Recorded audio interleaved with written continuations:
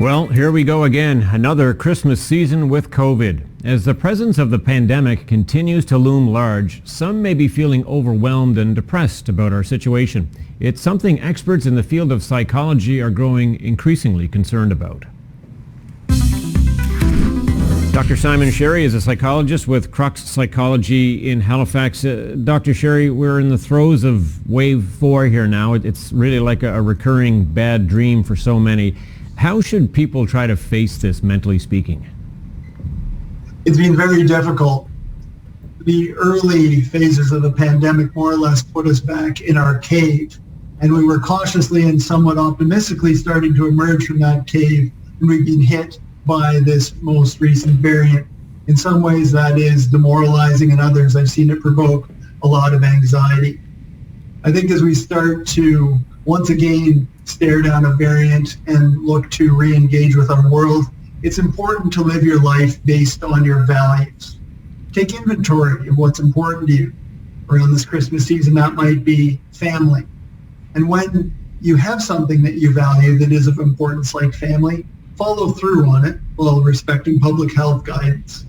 Follow your values. Don't cave to your fears. It's a good time to be brave. Yeah, you mentioned family there, and obviously this is the time of year where so many families get together. For some, it won't be like it might normally have been. I guess it hasn't been normal for last year either. But, you know, what do you say to those family members who may not get to see the loved ones this Christmas? How do you help them through a period like that?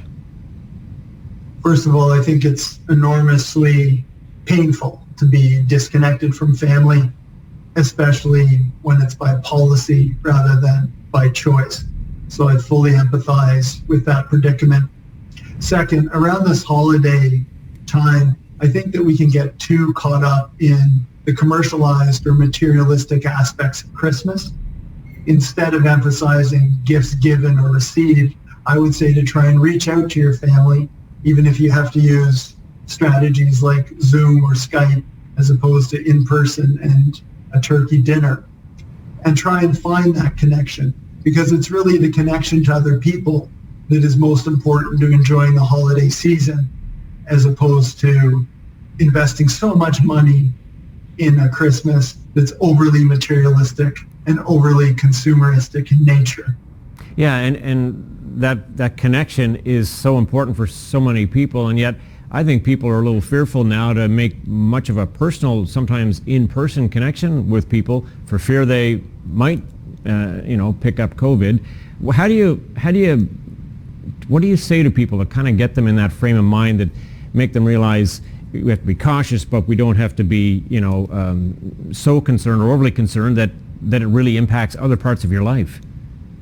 I agree with you that caution is indicated. At the same time, there's no sense in being COVID safe, but mentally ill.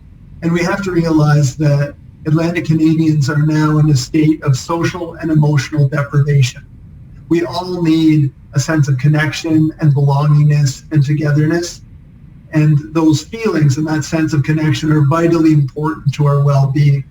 So just as you need to breathe and water and shelter, you also need a basic connection to human beings. That connection is foundational to our mental health. So I would encourage people to cautiously and bravely move forward with their lives and forge the connections that we're allowed to over this holiday season. Okay, and if you're trying to bide your time in self-isolation, as so many people are right now, what kind of strategies should you sort of try and utilize in that case to try and keep your mind sharp, to keep you socially connected? I think one thing that's important to recognize is that shelter-in-place type orders are corrosive to mental illness, and we should be very cautious in their use, if we should be using them at all at this point in the pandemic. So I certainly hope by policy that our government and our health professionals will consider how very corrosive to mental health something like isolation is.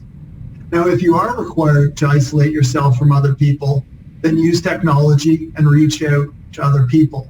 Use the best adaptational strategies you can to live through life in a very difficult period, and recognize that fundamentally humans need to belong, and that you should be exercising that need and reaching out to others, whether it's texting, Skype, phone, Zoom, email, or a good old-fashioned snail mail and a Christmas card.